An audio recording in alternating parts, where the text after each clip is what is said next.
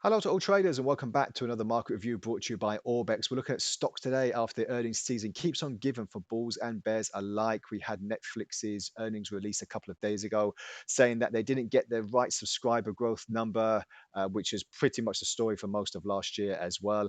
And we saw their shares slide slightly. And they gave a bit of a grim outlook for the rest of the quarter as well, and saying that they're going to crack down on the password sharing, which was one of their main features when Netflix did actually start and getting to be the top streaming service in the world. So let's see if that's going to hit them even further. Now it's the turn of Tesla. They gave their earnings season yesterday, their earning report yesterday, saying that they're 20% lower on earnings in this time last year. So they gave a few factors, which included stress margins, higher raw materials, commodity logistics, and warranty costs, and lower revenue from environmental credits all contributing to the drop in earnings from last year. So is this going to hamper the resurgence of Tesla? Because for most of 2022, we did see it depreciate quite dramatically before a slight upturn that we saw in support before consolidating quite nicely, but we did have a little bit of a halt to that. So let's just take a look on the charts to see where we are at the moment. So on the daily chart, like I said, very, very depreciated, very choppy price action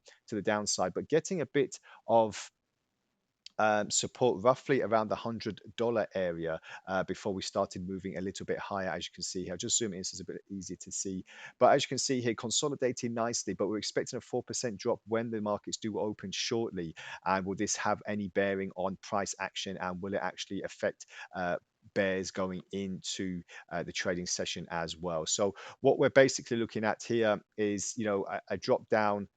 So we were in a slight descending channel before this was happening, and obviously on the RSI it was showing the same course of action. However, now that we will see a drop, will this mean that Tesla is a little bit more under pressure than it was from before? Well, looking at the 4-hour chart as well, we're just going to see what the opportunities are, because at the moment, as I said, we're in this kind of bearish conflict, and we're just seeing what the nature is in the near term as well. So if this keeps on coming, well, as I said, we're expecting price action to be on the downside when the markets do open.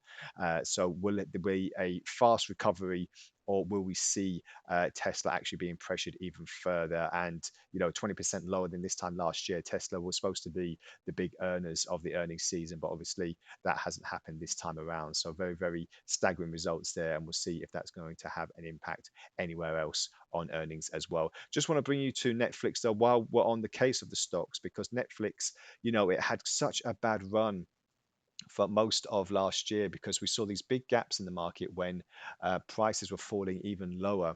And as you can see here, missed subscriber growth dramatically to minus earning seasons, but then a gradual incline, which gave us the hope that Netflix were back on track and slowly getting back to where they were.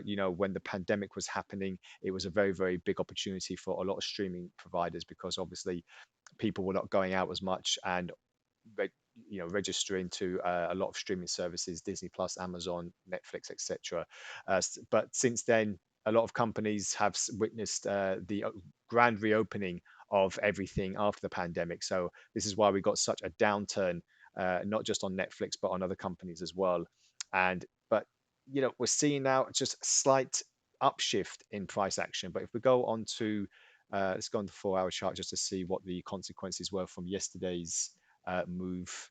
And as you can see here, we opened with a gap in the market, and we're just seeing now if prices are going to start recovering straight away, or we're going to have more of a downshift in that respect as well. So very exciting times. Earnings season, even if it's not jubilant for companies, it can still be advantageous for traders, because if companies earnings miss earnings per share as well, then this could mean that price action could go to the downside. And with CFDs, you can obviously benefit from sell positions as well. So just remember that when you're going into trades, not to be too cautious, because there can be good advantages made as well. So that's all from today's video. Thank you very much for joining me, and we'll see what's in the market news for tomorrow. So join me then, and have a great trading day ahead. Until then, bye for now.